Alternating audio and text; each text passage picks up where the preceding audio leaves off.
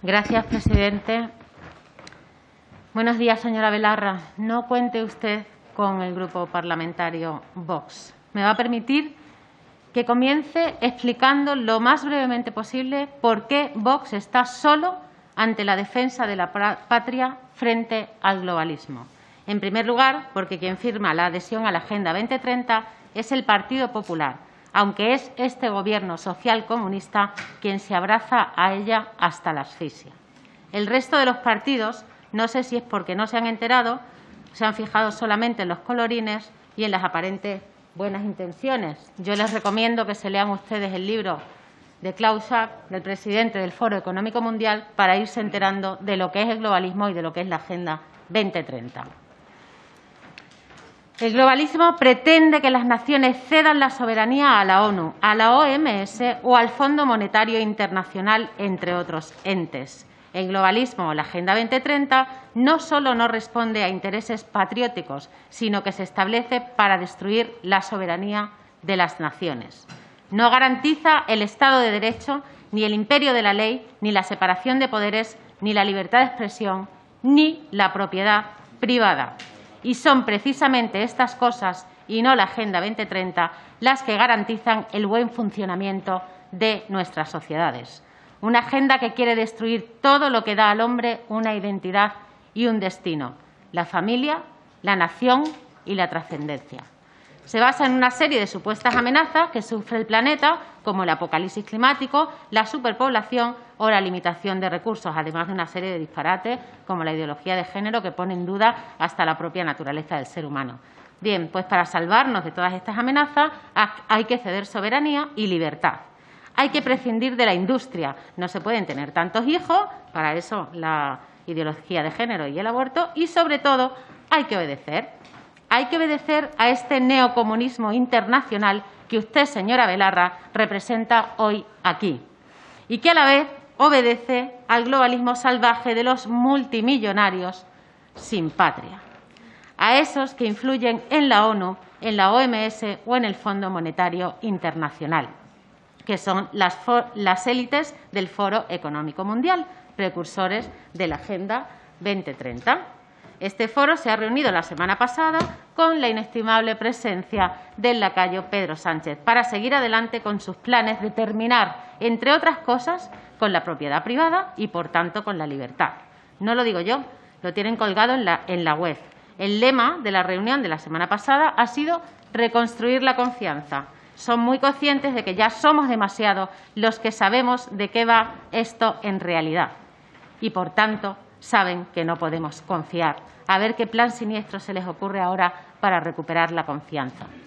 Vox, junto con otros muchos patriotas de distintos países del mundo, se opone a que estos entes supranacionales nos arrebatan la soberanía y nos impongan una desindustrialización, una deshumanización y una invasión migratoria que no favorece lo más mínimo a la prosperidad de las naciones. ¿A quién favorece? ¿Quién le ha dado a las élites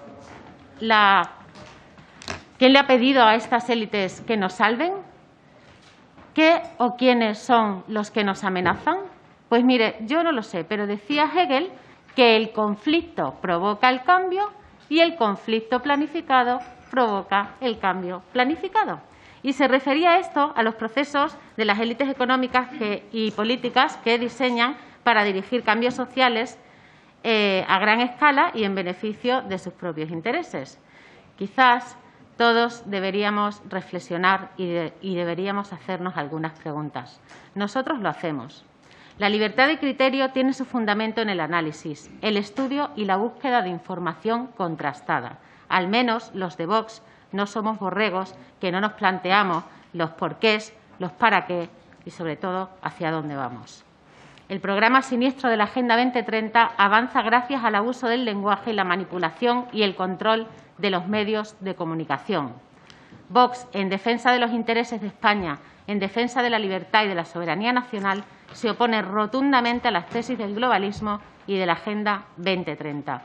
Y mientras, ustedes crean un observatorio para vigilar a quienes no comulguen con las tesis del globalismo y aplauden cuando sus amigos censuran y bloquean a todo aquel que les ponga en duda.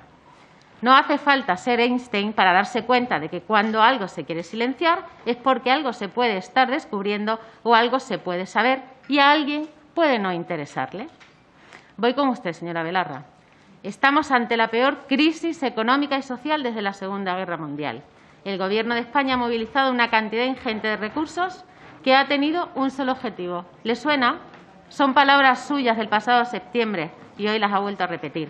Una cantidad ingente de recursos, una cantidad ingente de dinero que arrancan del bolsillo del contribuyente, del esfuerzo y del trabajo de los españoles y de los extranjeros que han venido a España a trabajar, a adaptarse y a aportar.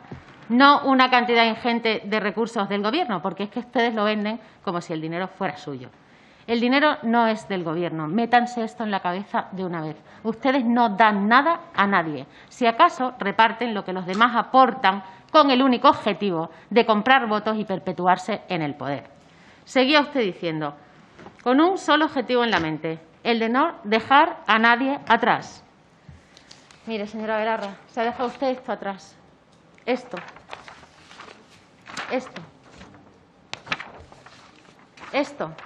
Las colas del hambre y los negocios cerrados.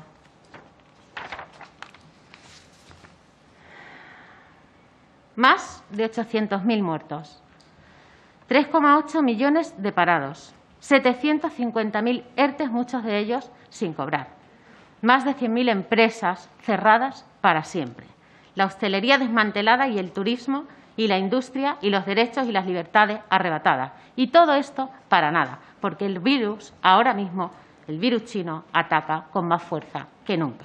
Ustedes han liderado el ranking mundial de la peor gestión sanitaria y económica de lo que usted llama la peor crisis desde la Segunda Guerra Mundial. Y viene aquí creyéndose que es George Marshall.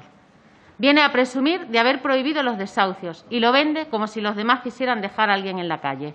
Balbucea disparates como que hay que ir pensando en nacionalizar la energía, como si no estuviera ya institucionalizada por Podemos en Barcelona, por ejemplo, habiendo resultado ser una energía más cara y un perfecto fracaso.